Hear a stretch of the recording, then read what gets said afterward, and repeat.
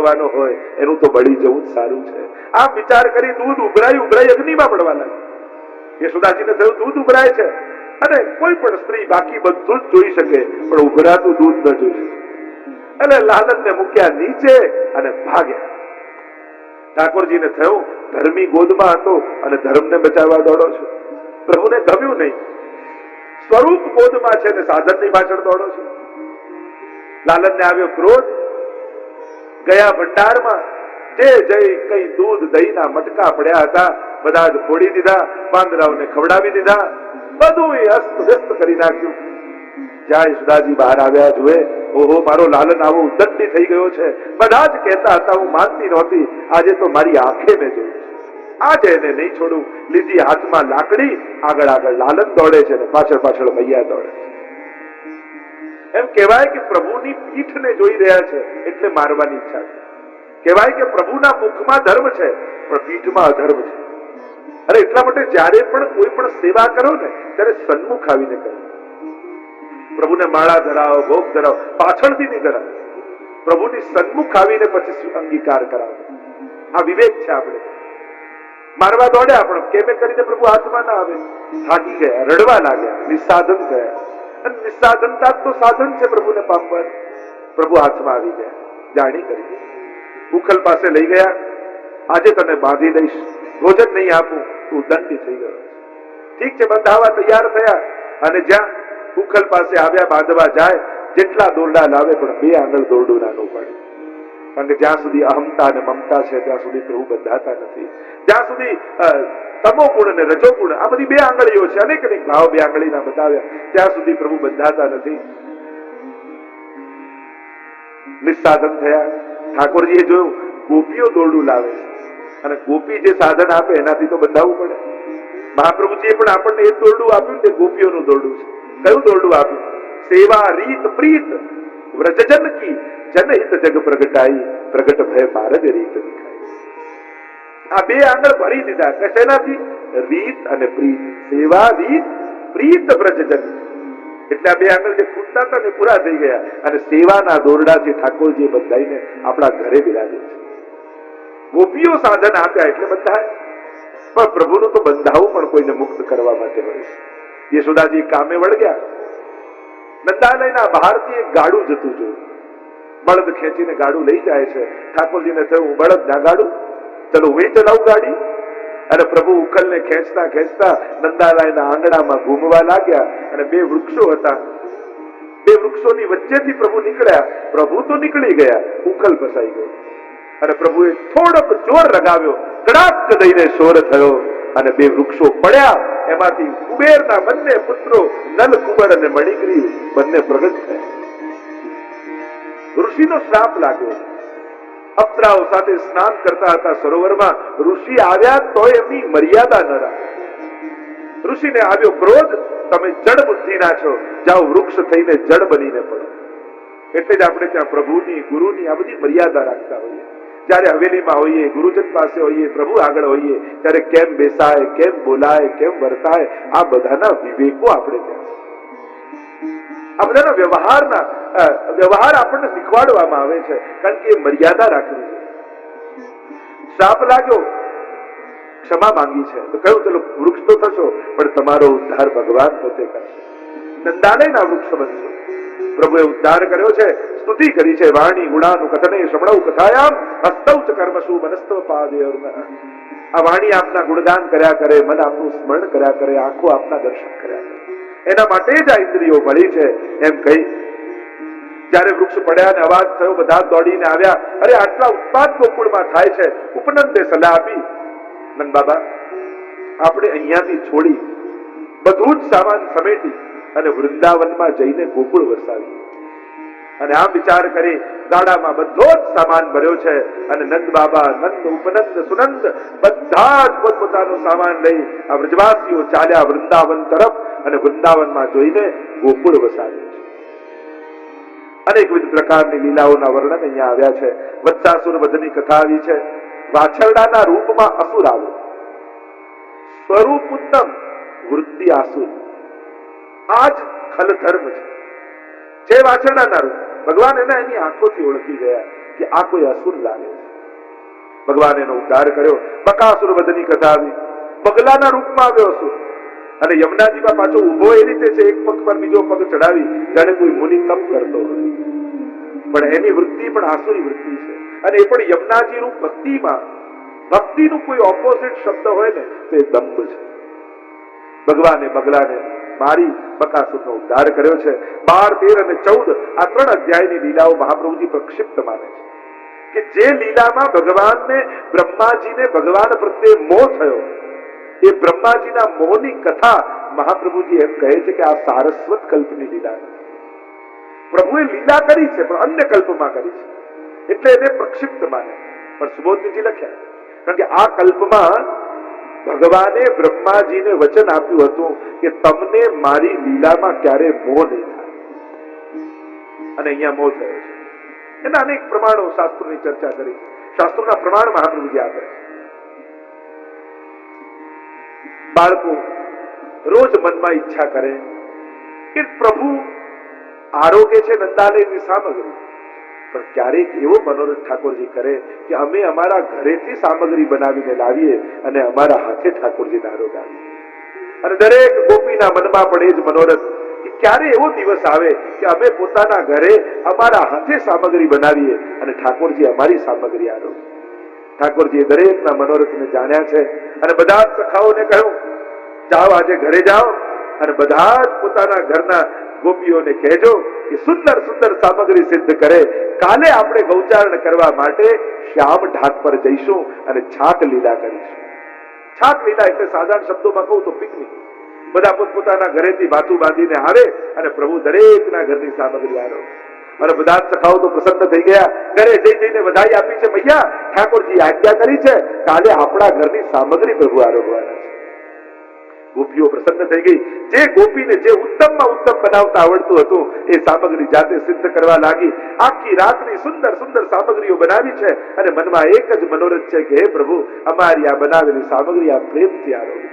અને બીજા દિવસે ટોકરીમાં છાક બાંધી દીધી, બાળકોને આપીને કહ્યું કે બેટા આરોગ આવે ને ત્યારે મને પણ યાદ કરજો.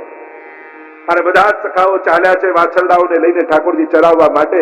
બધાએ પોતપોતાની છાક બાંધી લીધી છે અને પ્રભુ આવ્યા છે શ્યામ ઢાક પર. કુંડાળું કર્યું સખાઓએ, વચમાં બિરાજ્યા ઠાકોરજી અને કહ્યું હવે બધા જ પોતપોતાની ટોકરી ખોલો અને પોતપોતાની સામગ્રી મને આરોગાવો.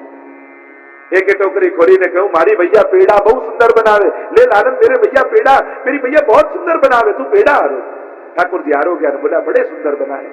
बीजा कहूं कि मारी भैया जलेबी बहुत सुंदर बनावे, ले आ जलेबी आरो. ठाकुर जी आरोगता जाए, प्रसन्न थता जाए, आरोगता जाए ने प्रशंसा करता जाए. एक बीजाना हाथથી જુટવતા જુટવતા સુંદર છાક લીલા પ્રભુ કરી રહ્યા છે. એટલામાં દૂર ઉભેલો એક બ્રાહ્મણનો દીકરો મધુમંગલ મનમાં વિચાર કરે કે મારા ઘરે તો કાંઈ જ નથી અને હું તો કાંઈ નથી લાવ્યો.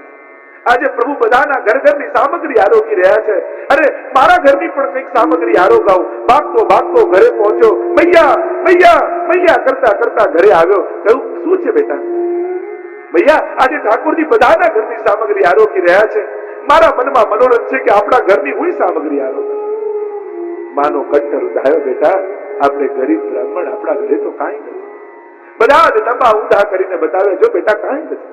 મૈયા કંઈક તો હશે, યાદ કર, કંઈક છુપાઈને રાખ્યું હશે, કંઈક ક્યાં ખૂણે પડ્યું હશે. પ્રભુ આજે આવી કૃપા કરી રહ્યા છે ને આપણે વંચિત રહી જઈશું. મનમાં મારા મનોરથ ઘણા સમયથી હતો કે આપણા ઘરની સામગ્રી પ્રભુને મારા હાથે આરોગ્ય. મૈયા કહે કે આપણા ઘરે કાંઈ નથી. માં કંઈક હશે. ત્યારે યાદ આવ્યું કે હા બેટા પરમ દિવસની ખાટી છાશ પડી છે. હા ભૈયા જે કાંઈ પણ હોય આપ મને આપણા ઘરની કણિકા પ્રભુ સુધી પહોંચે તો આપણું જીવન ધન્ય થઈ જાય. પણ બેટા બહુ ખાટી છે. તું કહે છે તો તને આપું છું. એક મોટો કુલડો લીધો, પરમ દિવસની ખાટી છાશ ભરીને આપી, ઉપર થોડો વઘાર કરી દીધો. બેટા પ્રભુને ન ભાવે ને તો બહુ આગ્રહ ન કરતો, બહુ ખાટી છે. અને મધુમંગલ તો પ્રસન્ન થઈ ગયો, કુલડું લઈને દોડ્યો છે. ભાગતો ભાગતો ભાગતો છેક શ્યામ ઢાક પર ગિરિરાજજીની તળેટીમાં આવ્યો. જોએ તો પ્રભુ કોઈની જલેબી, કોઈના પેડા, કોઈની બરફી આરોગી રહ્યા છે. દૂર ઉભો ઉભો વિચાર કરે, આવી ખાટી છાશ જો પ્રભુને આપીશ ને તો પ્રભુએ મારી મજાક કરશે. લો લઈને આવ્યો, આવી ખાટી છે. ના ના પ્રભુને ન અપાય. પણ મારા હાથે જોશે તો માંગશે, માંગશે તો મસ્કરી કરશે. શું કરું? વિચાર કરતા કરતા થયું કે લાવ હું પોતે જ પી જાઉં એટલે પ્રભુ આરોગ્ય જ.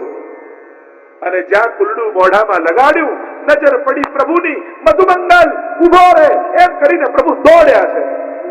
અરે ક્યાંક પ્રભુના આરોગી લે, મારી મજાક કરશે, મારી મસ્કરી કરશે, લાવ હું જ પોતે પી જાઉં. અને કુલડું ઉલેડી દીધું મોઢામાં. મોઢું નાનું, કુલડું મોટું, ધાર નીકળી હોઠ પાસેથી, આવી ઠોડી પર. અને પ્રભુ ભાગતા ભાગતા આવી પોતાનો ખોબો એની ઠોડી પર મૂકી દીધો. અને મધુમંગલની એથી છાત પ્રભુ આરોગવા લાગ્યા. અને આરોગતાની સાથે એટલું બોલ્યા કે મધુમંગલ, આટલી મીઠી છાછ તો આજ સુધી બ્રજમાં પીધી નથી. મીઠો મદન ગોપાલ આજ એટલી પ્રશંસા પ્રભુ કરવા લાગ્યા. અરે ऐसी मीठी छाछ बहुत दिनन बसे कुमुद बन, ऐसो स्वाद कबहू न चाखे. આવો સ્વાદ તો ક્યારે નથી આવ્યો. આને પાત બનાએ દોના દિયે સબન કો બાટ. એટલામાં બધા સખાઓ આવી ગયા. અરે લાલન, આવી મીઠી છાछ એકલો એકલો પી જઈશ, અમને તો આપ કે જાઓ પત્તા તોડીને લાવો. કે શ્યામ ઢાક પર જો તમે બ્રજમાં ગયા છો ને તો ત્યાં પત્તા પણ તુના જેવા ઉગે, કે પાંદડામાં પણ ખાડો હોય. વૃક્ષો પણ પ્રભુની સેવા કરે છે.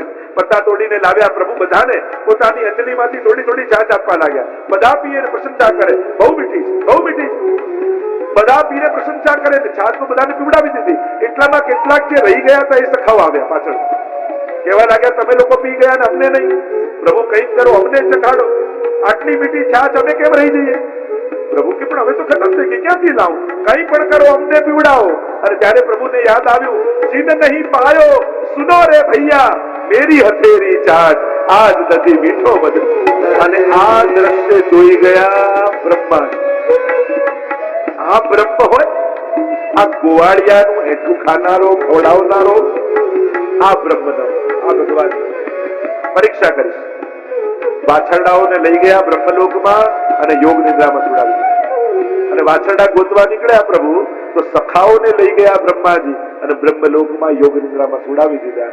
જોઉં છું કઈ રીતે શોધે છે. પ્રભુએ નેત્ર બંધ કરીને જોયું ને થયું કે બ્રહ્માજીને મોહ થયો છે. પ્રભુએ પોતાનામાંથી જ વાછરડા અને પોતાનામાંથી જ ગોપ પ્રગટ કર્યા. 1 વર્ષ સુધી આ લીલા બ્રજમાં ચાલી. બ્રહ્માજીને થયું કે હવે તો બધા રડી રડીને અડધા બ્રજવાસીઓ થઈ ગયા છે, લાવ જઈને જોઈએ તો ખરા શું દશા છે. અને જ્યાં બ્રજમાં આવીને જુએ તો એવા વાછરડા ને એવા બાળકો. થયું ત્યારે શું જાગી ગયા. બ્રહ્મલોકમાં જઈને જુએ તો ત્યાં છે. પાછા જોવા આવ્યા. પ્રભુ બ્રહ્માજીનું રૂપ લઈને બ્રહ્મલોકમાં ગયા અને દ્વારપાલોને કહ્યું કે મારું કોઈ ડુપ્લિકેટ ફરે છે હમણાં, અંદર ઘૂસવા ન દેતા. અને બ્રહ્માજીને દ્વારપાલોએ રોકી દીધા. બ્રહ્માજીના મોહનો નાશ થયો. જાણી ગયા કે આ કોણ છે. અહો ભાગ્યમ નંદ ગોપ બ્રજૌ કસામ યન મિત્ર પરમાનંદ પૂર્ણ બ્રહ્મ સનાતનમ. ધન્ય છે આ બ્રજવાસીઓ જેના મિત્ર બનીને ભગવાન એમના પર કૃપા કરી રહ્યા છે. બ્રહ્માજીએ સ્તુતિ કરી છે. આગળ ગોપાષ્ટમીનો દિવસ આવ્યો. પ્રભુ ગૌચારણ કરવા માટે પધાર્યા અને નવરસોનું દાન સખાઓને કર્યું છે. ગૌચારણ કરતા કરતા આગળ કાલીએ ધેનુકાસુર વધની કથા આવી. ધેનુકાસુરે દેહાદ્યાસ. ગૌચારણ કરવા પ્રભુ પધારે. તાળ વનમાં આવ્યા. અનેક તાળના વૃક્ષો છે, પણ એમાં ધેનુકાસુર નામનો અસુર રહે છે. ધેનુક એટલે ગર્ધપ. એ વેશમાં, એ સ્વરૂપમાં અહીંયા અસુર રહે છે. અને એની વૃત્તિ કેવી? આટલા ફળ ઉગે ઝાડ ઉપર, પણ પોતે ખાતો નથી, બીજાને ખાવા દેતો. ઘણા લોકો કહે હું તો નહીં ખાઉં, તને નહીં ખાવા દે. કેવું નહીં, પણ સમજી જવું કે આ કોણ છે. આ ધેનુકાસુર વૃત્તિ છે. વૈષ્ણવી વૃત્તિ સાવ ઊંધી હોય. આના આ આસુરી વૃત્તિ. વૈષ્ણવી વૃત્તિ શું હોય? હું ભલે ન ખાઉં પણ તું તો પ્રસાદ લઈને જ છે. એને એમ લાગે ને કે હમણાં પ્રસાદ બધા લઈ રહ્યા ને ખૂટે એમ છે. અને વૈષ્ણવ ખાલી થાળી લઈને આગળ વધી જાય, પણ પોતે ભૂખ્યો રહે પણ આવનારા વૈષ્ણવને જમાડીને જાય. એ વૈષ્ણવી વૃત્તિ છે. આપણે જે તો પ્રસાદ કરતા હોય મહાપ્રસાદ કહીએ ને, ઠાકોરજી આરોગ્ય પ્રસાદ અને વૈષ્ણવ લઈ લે પછી જે બચે એ મહાપ્રસાદ. આ વૈષ્ણવ વૃત્તિ સાવ ઊંધી. આસુરી વૃત્તિ હું ન ખાઉં તને ન ખાવા દઉં, પણ વૈષ્ણવ વૃત્તિ તો એવી કે હું ભલે ન ખાઉં, મારા માટે ભલે ન બચે, પણ આવેલો વૈષ્ણવ પેટ ભરીને જવું જોઈએ. એને ખાતો જોઈ, એના મુખમાં સ્મિત જોઈ અને જે તૃપ્ત થઈ જાય એનું નામ વૈષ્ણવ છે. એ તો બીજાને લાભ લેવડાવીને જે લાભ લે એ વૈષ્ણવ.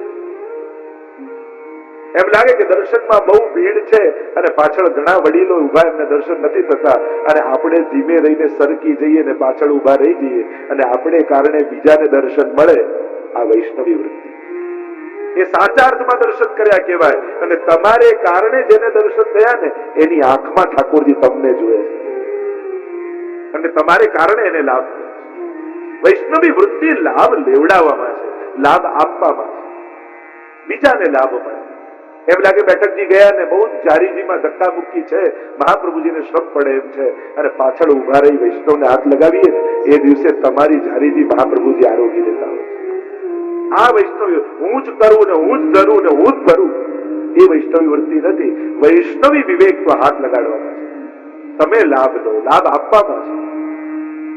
ભગવાને ધેનુકાસુરનો ઉદ્ધાર કરાવ્યો બલરામજી પાસે. આગળ કાલીય દમનની કથા આવી. રહે છે યમુનાજીમાં અને સમગ્ર યમુનાજીનું જલ વિષેલું કરી દીધું છે. પ્રભુ પધાર્યા યમુનાજી. નાગ પત્નીઓ આવીને વિનંતી કરવા લાગી, અરે તું જતો રહે, તારા જેવો સુંદર કોમળ બાળક અને અમારો પતિ બહુ દુષ્ટ છે, તને મારી નાખશે, તું જતો રહે. નાગ પત્નીઓ કહે, તારી માને કેટલા દીકરા, તારે તો પ્રેમ નથી કે? બે છે, એમાં હું નાનો છું, માને બહુ આલો છે, પણ આ તારો પતિ યમુનાજીને દૂષિત કરે એ મને નથી ગમતું. જગાડ તારા કંઠ, જગાડ તારા નાથ. અને ચરણનો પ્રહાર કરીને જગાડ્યો. હજારો ફણાઓ લઈને કાલીય નાગ જાગૃત થયો. ભયંકર યુદ્ધ થયું છે. આ ઇન્દ્રિયોમાં રહેલા વિષયો એ જ વિષ છે અને પરમાત્માના ચરણ નો આશ્રય કરે ત્યારે આ વિષથી મુક્ત થવાય. નાથ્યો છે કાલીયને, સ્તુતિ કરી છે નાગપત્નીઓએ. પ્રભુ આપ તો કૃપાળુ છો, કૃપા કરવા જ આપ તો પધાર્યા છો. આ દુષ્ટ ઉપર ચરણ પધરાવે આપે, આનાથી મોટી બીજી કૃપા શું હોય? મુક્ત કર્યા છે, રવાના કર્યા છે. રમણક દ્વીપ પર ગયો અને ભય ગરુડ નો હતો એટલે અહીંયા રહેતો હતો કાળીય નાગ, પણ કહ્યું કે મારા ચરણ પધરાવી દીધા, ચરણના ચિહ્ન મસ્તક પર છે, હવે તને કોઈનો ભય નથી. એટલે તિલક કરો ને, ચરણારવિંદ નો ચિહ્ન છે, જે માથે તિલક કરે એને કોઈનો ભય રહેતો. આગળ ગાય ગોપોને દાવાનળથી પ્રભુએ બચાવ્યા છે. પ્રલંબાસુર વધની કથા આવી, પુનઃ દાવાનળથી પ્રભુએ બચાવ્યા. ત્યારે દાવાનળ લાગ્યો એટલે ગોપોને કહ્યું તમે બધા આંખો બંધ કરી લો. આંખો બંધ કર્યા ને પ્રભુ દાવાનળનું પાન કરી દીધું. જીવનમાં જયારે દુઃખના દાવાનળ લાગે ને ત્યારે આંખ બંધ કરીને પ્રભુ આગળ બેસી જવું, એ તમારા બધા દુઃખરૂપ દાવાનળને પી જશે. પ્રભુ જ કેવલ દુઃખથી મુક્ત કરાવનારા છે. આગળ વર્ષા ઋતુ ને શરદ ઋતુનું વર્ણન આવ્યું. વેણુ ગીતની કથા. વેણુ ગીત પુનઃ યુગલ ગીત કી રસ બરખા બરખાઈ પ્રગટ ભય માર્ગ રીત દિખાઈ. અદ્ભુત વર્ણન વેણુ ગીતનું મહાપ્રભુજી સુબોધનીજીમાં કર્યું છે. આ વેણુ ગીતની કથા એટલે કે ઠાકોરજી ગોપ બાળકો સાથે ગાયોને લઈને જયારે વનમાં ગૌચારણ કરવા માટે પધારે અને ત્યાં ગૌચારણ કરતા કરતા ઠાકોરજી અધર પર વેણુ પધરાવીને વેણુનો નાદ કરે ત્યારે એ નાદ આખા વ્રજમંડળમાં વ્યાપે અને નાદનો પ્રભાવ જે બધા ઉપર પડે એના દર્શન ગોકુલમાં રહેલા ગોપીજનોને ગોકુલમાં બેઠા બેઠા વૃંદાવનના દર્શન થાય. અને પ્રભુ જાય ત્યારે બે શક્તિ આપતા જાય, દૂરદર્શન અને દૂર શ્રવણ. ત્યાં જે પ્રભુ કરતા હોય એ અહીંયા ગોપીઓને દેખાય, એ સંભળાય. મહાપ્રભુજી કહે વેણુ ગીતની કથા અને વેણુ નાદ એ કોઈ કેવલ સાઉન્ડ નથી, પણ નાદના પાત્રમાં ભગવાન પોતાની સુધા પધરાવી અને ભક્તો સુધી પહોંચાડે છે. વેણુ ગીત એટલે વેણુનો કેવલ અવાજ નહીં, એ અવાજના, એ સાઉન્ડના, એ નાદના પાત્રમાં સુધાના દાનની પ્રક્રિયા એ વેણુ ગીતની કથા છે. વેણુ રવ, વેણુ કુંજન, વેણુ ગીત અને વેણુ નાદ, આ ચાર શબ્દો વેણુ ગીતમાં મળે છે. આ અનવસરની લીલા છે. એટલે કે જયારે ઠાકોરજી ગૌચારણ કરવા વનમાં પધારે અને પાછા સંધ્યા આરતી સમયે પાછા આવે, ઇન બિટવીન એના વચ્ચેની લીલા એ વેણુ ગીતની લીલા છે. લગભગ તમે હવેલીમાં જોજો, રાજભોગ થી ઉત્થાપન સુધીનો સંધ્યા આરતીનો સમય 13 ઘડીનો હશે ટોટલ. એક ઘડી એટલે 24 મિનિટ. તો 13 શ્લોકમાં ગોપીઓએ આ 13 ઘડીની લીલાને ગાઈ છે. મહાપ્રભુજી તો કહે કાલાધિકો કૃષ્ણ, કાલ 12 છે અને ભગવાન કાલથી અધિક છે, એટલે 13 ઘડીની લીલા 13 શ્લોકમાં વેણુ ગીત ગાય છે. અદ્ભુત વર્ણન વેણુ ગીતમાં છે. બહુ તત્વજ્ઞાન મહાપ્રભુજીએ તો એવા સુંદર રસમય અર્થો કર્યા છે. ગૃહે ગૃહે ગોપ વધુ કદંબા સર્વે મિલિત્વા સમવાપ્ય યોગમ. બપોરનો સમય થાય ત્યારે બધા જ ગોપીજનો પોતાના ગૃહ કાર્યથી નિવૃત્ત થઈ ઘર ઘરથી નીકળી એક સ્થાન પર ભેગી થાય અને પુણ્યાની નામાની પઠંતિ નિત્યમ. ઠાકોરજી વ્રજમાં જે જે લીલા કરતા હોય એ લીલાઓનું અવગાહન ગોપીઓ ભેગી મળીને કરે. બસ આ ગીત એ વેણુ ગીત છે. ઠાકોરજી ગાયો અને ગોપોની સાથે વૃંદાવનમાં પ્રવેશ કરી રહ્યા છે અને એનું ગાન કરતા સુખદેવજી કહે, મહાપ્રભુજી દર્શન કરાતે બરહાપીડમ. ઠાકોરજીના મસ્તક પર બર બર બર બર ફરકતું. બરહ એટલે મોર અને મોરનું પીછું છે. મોર જ્યારે રસમત્ત બને ત્યારે પીછા ફેલાવી અને નૃત્ય કરતો હોય છે. પ્રભુ પણ રસોમય સહ પોતે છે અને સ્વરસનું દાન કરવા માટે પધારે છે એટલે મોર પીછે છે. ઢળતું છે, સીધું નથી. પુષ્ટિ માર્ગમાં મુગટ ચંદ્રિકા આદિ ઢળતા. કે પ્રભુ પોતે રસમય, રસના પાત્ર પણ પ્રભુ અને રસ પણ પ્રભુ. અને પાત્રમાંથી રસ કોઈને આપવું હોય ને ત્યારે પાત્ર ટેઢું કરવું પડે. એટલે મુગટ ટેઢો એટલા માટે પુષ્ટિ માર્ગમાં કારણ કે પ્રભુ રસદાન કરી રહ્યા. બરહા પીડમ નટવર વપુ, નટવત અને વરવત. કર્ણયો કર્ણિકારમ. કાન બે છે ને પુષ્પ એક છે. કનક કપીશમ, સોના જેવું પીળું પીતાંબર ધર્યું છે. વય જયંતી માલા